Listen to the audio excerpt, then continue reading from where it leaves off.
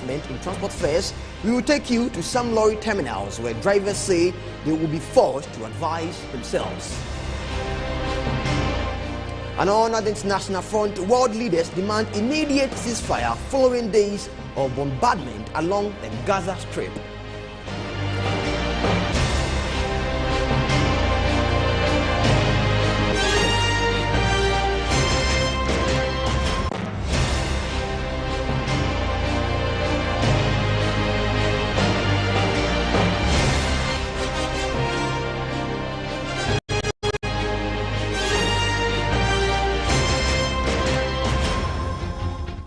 Thanks for joining us. And first in the bulletin, the Ashanti Regional National Security Coordinator has vowed to take appropriate action following his attempted forceful removal from office by members of the supposedly disbanded pro-MPP vigilante group Delta Force.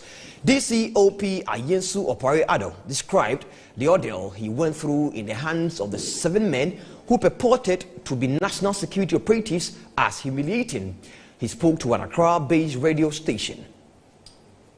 They came to the office about 5 p.m. and said that they've been directed to bring me to the National Security Coordinator. I said I won't go.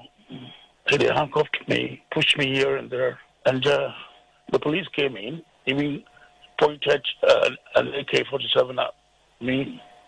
The police came there and picked us to the Regional Police Headquarters. The case is under investigation with the police, but unfortunately they haven't got the 7 persons who came to my office to humiliate me in this way and assault me in this way. I'm sure in all this, when these 7 persons came, I'm sure you kept on asking on whose orders they're acting and why exactly they had come. Did they say anything? Well, they told me the acting National Security Coordinator had asked them to come to pick me to Accra. And I said it was quite unfortunate. I won't go to Accra. Pick you for what? Pick you for what? I don't know. I don't know. And prior to this action, you had not heard from the acting National Security Coordinator whatsoever? No, I didn't hear anything from him. Mm-hmm.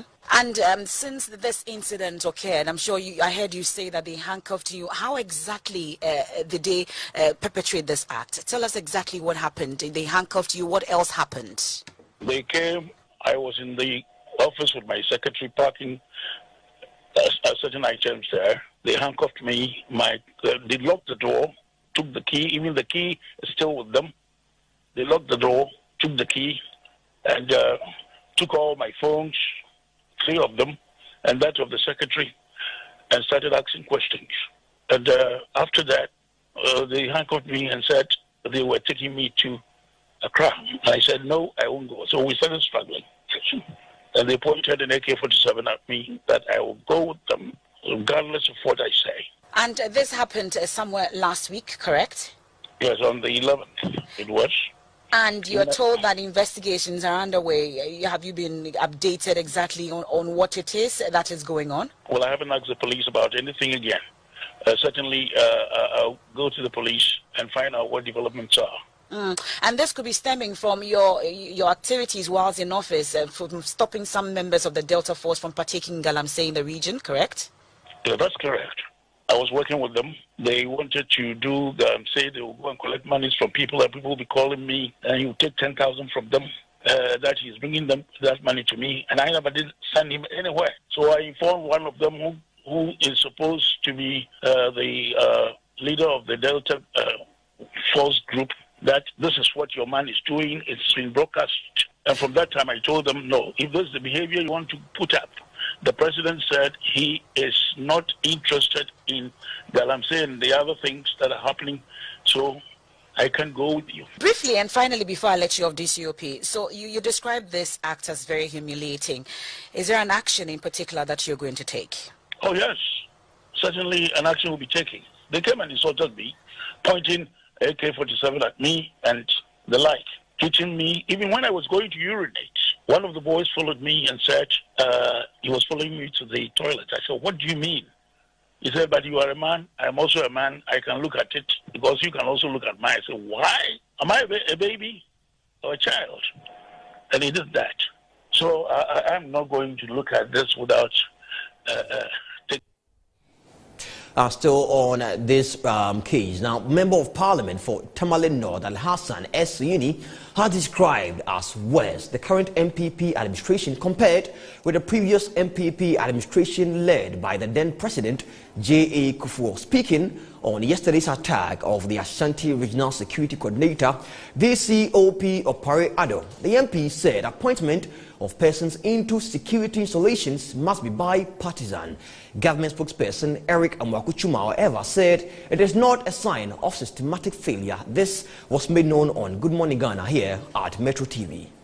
Any individual claims to be affiliated to a political party and finds themselves in a border or does something that is contrary to the laws of this country, they should be dealt with. That becomes a deterrent. And for me, I think that now that we have those things in place, those people should be fished out and dealt with. Now, for whatever reason that they might have, either justifiable or not, it's also important that the national security apparatus itself gives out information, because you see, when there's a vacuum like this, so as far as we are concerned, yes, I mean, I have no reason to doubt the integrity of the DCOP. But the truth of the matter is that there might be certain, intricacies there that we do not have an appreciation of. So if you do not communicate and you do not talk about it, then people would form that particular position. Now, again, this whole idea that, well, does it mean that the president has not shown commitment? Of course, the president has shown commitment. And that's why he asked the various stakeholders to come onto one platform to deal with that particular menace. You see, once you start talking about vigilantism and what has happened in the past within the last 20-something years or so, examples of by-elections, and we've had this conversation over a period, it is almost as if that some of these things have become a feature of our democracy. But as we are growing, we need to be able to eschew some of this. And this also points to this whole architecture when it comes to national security, where in the past, various political parties have felt that they could not trust the established security structures, and that they had to employ their own set of people and do all sorts of things to basically govern the way they want to. But that is wrong. I mean, because once we do that, what it means is that we're creating a horde of security operatives or national security operatives who are aligned or attached to a particular political party. And what you'll be asking yourself is that, what would those individuals be doing when their party that they're aligned to, for example, are not in power, right? So I won't sit here and even pretend that it is not a bother. It is not something that has negative implications if we do not deal with, because once it does, that's the whole point of governance, that you solve issues, you deal with some of these challenges. So as far as I'm concerned, yes, this is an issue that has cropped up after the enactment of that particular. Let's see how the executive actually deals with that particular matter. But I believe that, like I've repeated over and over again, the law is there, the National Security Act is there, and the chain of command, within all the security establishments is established. It is known. The problem is the political will of those in charge. The crisis that we have on our hands, because they are preoccupied with regime security. A group of people who are supposed to be loyal to the regime, who have been trained perhaps in the past in weapon handling and others, are threatening the security of the regime. So what do?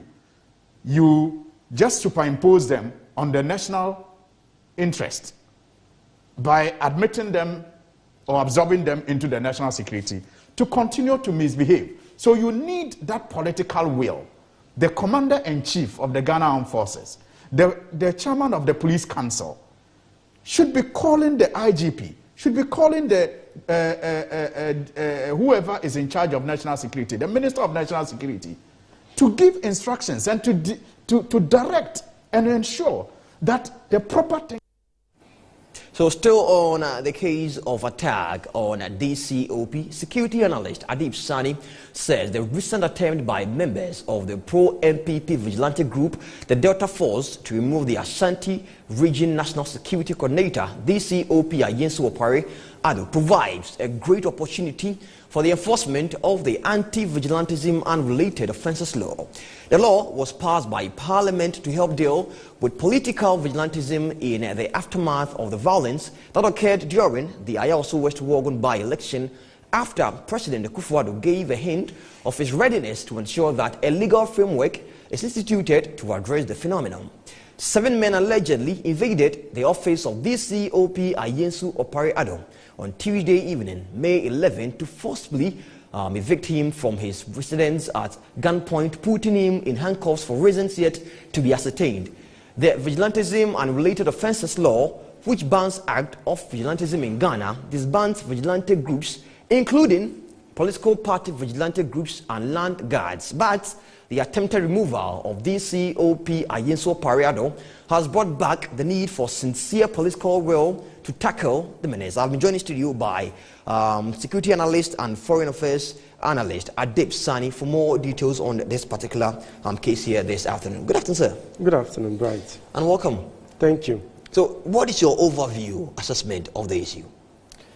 Well, I am not surprised. I mean, I see a lot of people express shock on social media and mainstream media about what has happened. But for some of us who have closely followed what is going on, we know that none of the political parties has disbanded any vigilante group, despite the existence of the anti-vigilantism and related offences into law. As a matter of fact, they still are operating, just that we hardly hear about them. But it's just a matter of time when they show their faces for the wrong reasons again. Certainly, this is not the first time, and it's not going to be the last time. We can only expect more until we make a conscious, deliberate, progressive attempt to deal with the plethora of fundamental issues that has to be addressed if really we are committed to dealing with the spirit of vigilantism once and for all. So let's now take it back to what happened Ayawaso West Wuogon during the by-election. Have we not learned any lesson and even work with the recommendations given by the Emil Short Commission after that? Well, Bright, a lesson well learned is a lesson not repeated. But consistently, we are failing to deal with the fundamental issues. So what in essence it means is we are failing to learn those lessons. And the problem is these guys are becoming more motivated. They are becoming brazen by the day. So today, we might have them abusing the rights of the civilian population. Tomorrow, we have security coordinators. Who knows? In the future, it could be members of parliament or even ministers. Then perhaps the political class would come to the realization that, hey, we seem to be sitting on a time bomb and it's time for us to act. There is this statement that even though these groups have been banned, we still have them here in the country. And so do you also share the notion that they form part of political parties? Absolutely. And the fear is these guys have worked for the political party, so they have a sense of entitlement. So when their parties are in power, they push so much pressure for something to be done for them. And the unfortunate thing is the convenient way of getting them engaged is to push them into national security, none other than national security, which I must say is the wrong place for them to be, because when you do that, you compromise the security of the state, because apart from the fact that the person lacks the expertise, the person lacks the professional capacity or temperament to be able to be part of the national security, because the next minute you have these same persons sitting under trees with GOTA phones and letting everybody know that they are national security operatives and telling their friends very, classified information about the security of the state. Besides, this cuts across the political divide. One party comes to power, they ask... Here in Ghana, at this moment, what should we be doing? One, before the recruitment process is very important. Before we recruit into the national security, it is only normal we would conduct an elaborate background check. We should make an attempt to go back to their communities, speak with persons they grew up with, go back to the schools, retrieve the report cards. Even if you engaged in acts of truancy, that should be enough to disqualify you. But most importantly, let us start subjecting them to lie detector tests so we are able to get the right people on board. Lie detector test? Yes, because that is is what is done. It's international best practice. Okay. Secondly, we need political commitment, because these guys get the motivation, the incentive, because they have their political backers. So politicians should learn to keep their hands off issues of this nature. The police have had enough. These days, they don't even make arrests. Because they make arrests, the next minute an honorable would call the police commander telling him that, hey, these are my boys, let them off the hook. So the police also seem to be fed up, as a matter of fact. But most importantly, Bright, we need to nip in the bud the culture of indiscipline, the culture of unaccountability, because obviously a lot of these guys feel by virtue of their relationship with the national security, they are immune from prosecution, so they do all the wrong things. But if the same way I'll be dealt with under the laws when I go out in the streets and slap someone, the same way that so-called national security operative should be dealt with. So until we start holding them to account, get a bipartisan body to look into cases of abuse, trust me, we'll be going round and round the cycle, and who knows, tomorrow we might bite ourselves in the finger and ask what went wrong. Thank you for coming here with us on this beat. My pleasure. So I've been speaking with Adib Sani, who is a foreign analyst and also a security analyst here in Ghana, concerning the issue of attempt removal of DCOP Opare. They announced, so we're told this morning by some army men on this morning that exercise Eagle Clause will be ongoing in the northern part of the country. Also part of measures being put in place by the Ghana security men to ensure that issues like this are clamped down on head on. And so hopefully we hope that it will be dealt with properly. Away from that, on to other issues where government spokesperson Eric Amwakuchum says the fight against illegal mining, popularly known as Galamsey, is a unity call which everyone must get involved regardless of party affiliation. He also encouraged all to name and shame, adding to the discussion on Metro TV's Good Morning Ghana. Member of Parliament for Tamale North, Al-Hassan Saibu Siini, bemoaned the act of burning earth-moving equipment, which is described as a waste to the nation. He said the government is rather adding to the problems of the country by causing pollution. And when I look at the approach that we are using now, I wonder if it will give us the desired results, because we've been on this road several times, burning equipment, which again, so everything about Galamsey is just terrible, which again also even, can be termed or seen to be wasteful. Because look at the machinery and what they could have even been put to, use to help all of us. And the law even says that we must confiscate these materials when we find them on site, and then go to court to get the court's permission to assign these equipments to state agencies that can, utilize them. But because of our own inefficiencies and our own corrupt ways, we don't even think that it is feasible for us to, confiscate these machines and actually use it as the law has directed. So what are we doing? We are burning them on site. Wasteful. Creating, again, pollution in the forest and on the water bodies that we are trying to protect.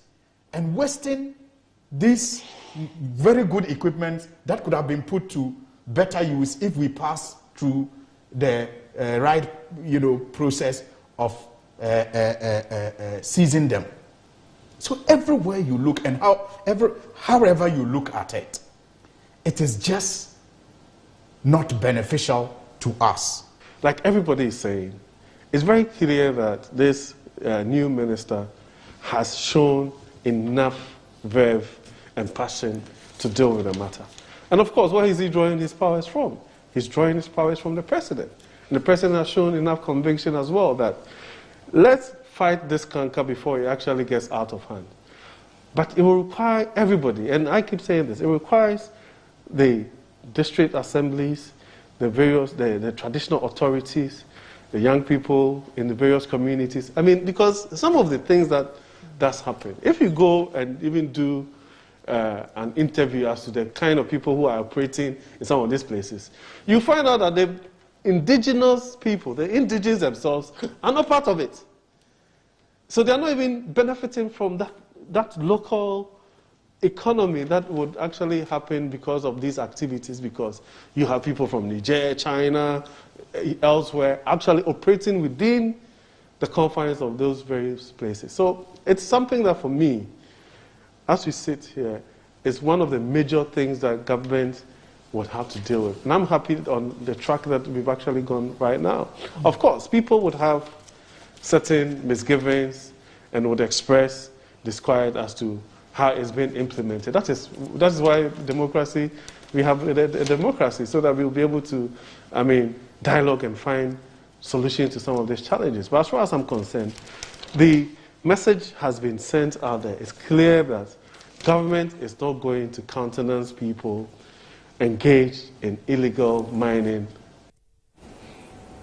The Ablekuma North Municipal Assembly has decongested and removed scrap vehicles along the Kokompe Stretch in the Akuman. We'll tell you more of this after this quick break. Don't go anywhere. We'll be back.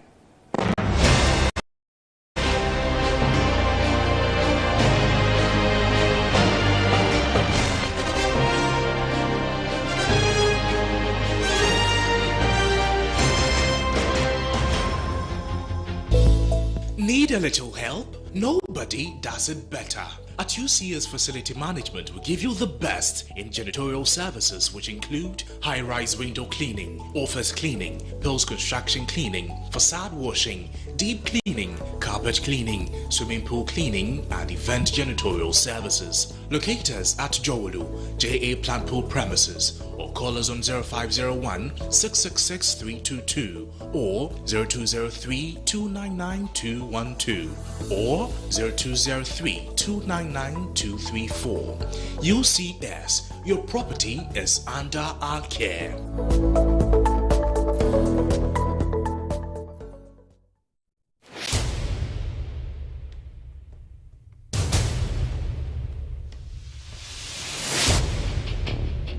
The average human body mass should have at least 60% water for optimal performance in any physical or mental exercise. We can help you maintain it naturally.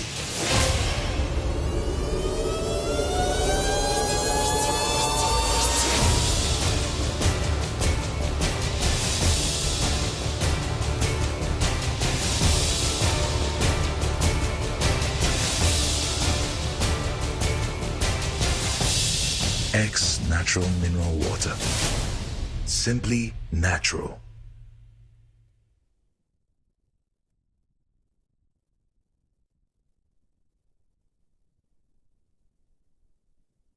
A lawful wedded wife to having to hold from this day forward. I do.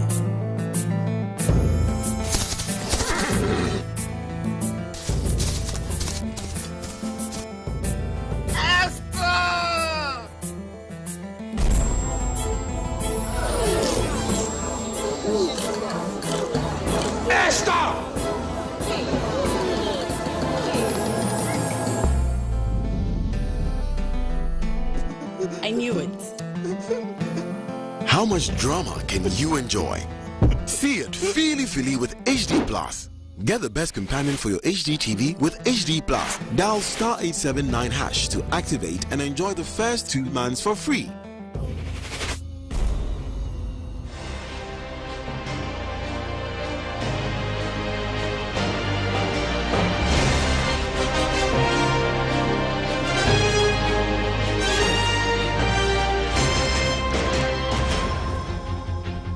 Welcome back. And now the Ablekuma North Municipal Assembly has decongested and removed scrap vehicles along the Kokompe Stretch in Dakuman. The exercise, which forms part of the Greater Accra Regional Coordinating Council's campaign to make Accra work again, has eased traffic congestion along the stretch, according to motorists. Metro News' Henry Kwesi-Bedu has the rest of the story. The Greater Accra Regional Minister's plan to make Accra work again the Minister Henry Kote today has tasked the Ablekuma North constituency or the Ablekuma North Municipal Assembly to undertake a decongestion exercise along the Dakuma Junction and the Dakuma Niameche stretch. As you can see right behind me, executives of the Municipal Assembly have removed scrap vehicles together with the police command in the area, and also Zoom Lion have removed scrap vehicles along the Dakuma and Kokope stretch to a newly site that is designated for the people that work here today. We've been speaking to the municipal's engineer, Felix Tete, who has been telling us more about this exercise. The purpose of this exercise is for us to decongest the road. Because for the past years, the activities of the artisans, they've been putting their scrap vehicles and out on the road, and that makes vehicular traffic on the road so difficult. So, through the regional minister, the exercise regional minister is embarked, let Accra work. He tasked the assembly to also try to decongest this road for the people, for the traffic to flow. So that's why we are here doing the exercise. How long have this, scrap vehicles and the